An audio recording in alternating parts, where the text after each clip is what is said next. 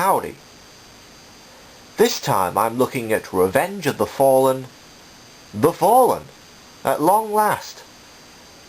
And I'll start in robot mode for a change, because it's the mode he's packaged in.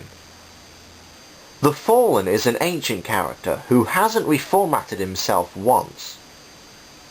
So this is what ancient Transformers look like in the movieverse. It honestly looks like something crossed between a Bionicle and Predator, mainly because of the spindly reptilian proportions and the mask and spikes on the head. It's a fairly interesting aesthetic and definitely an evil one. The main colour is a metallic dark green combined with a coppery orange and grey, all of which add to the whole ancient feel. While his arms are free in package, they're meant to connect to these waist pieces. This makes him more movie accurate, but it causes some problems, which I'll get to shortly. His features revolve around solar panels. Push his head forward, and two of them flip out. But you have to slide the head down for it to work, if you haven't done so already. Otherwise, that happens.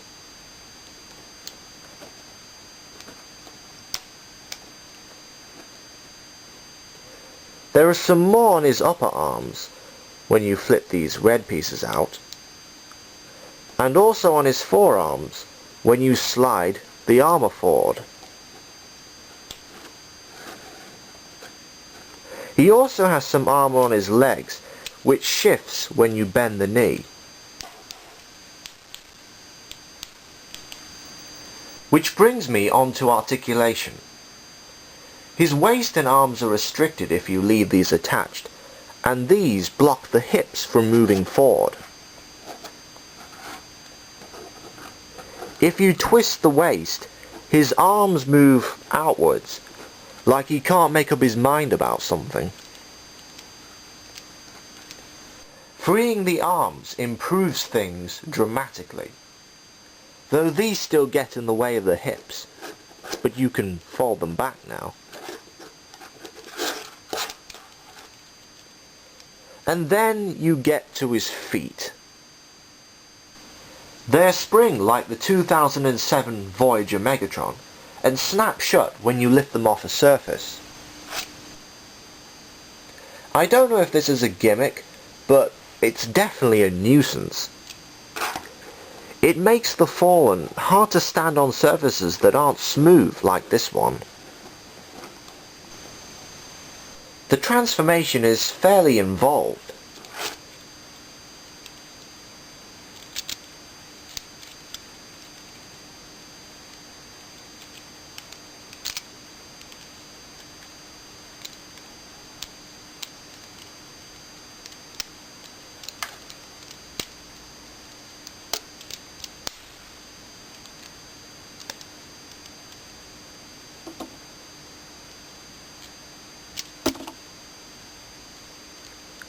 Though I wish the forearm pegs were a bit stronger.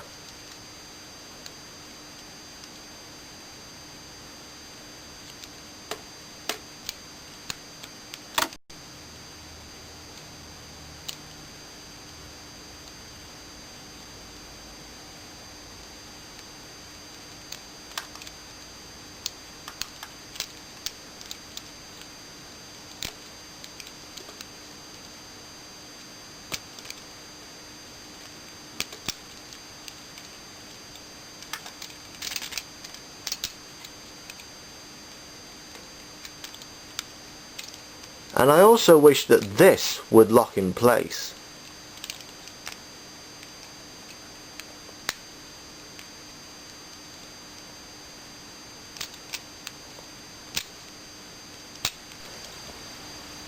The Fallen doesn't actually transform in the movie, but they had to give his figure in alt mode, otherwise it couldn't be called a Transformer. This is his Cybertronian Destroyer mode. While better than Megatron's jet mode from the first film, it still has its problems. I know this originates from an ancient era where things would be less sophisticated, to quote Ben Yee. But there are lots of gaps that spoil the overall look, which is a pity because in a rough outline, it's actually pretty cool. On the plus side, the dark colour makes everything blend together a little better. A lot of details on the robot mode are still present here. The only new part of him is the cockpit, which looks very sleek and evil. The one feature he has here is the landing gear, which folds up and down.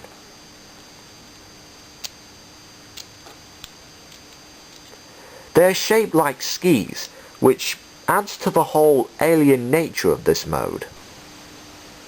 You can adjust certain parts of this jet to make it look better. For instance, if you rotate the hands so the palms are facing down and swing the armor forward, the hands are partially covered at least.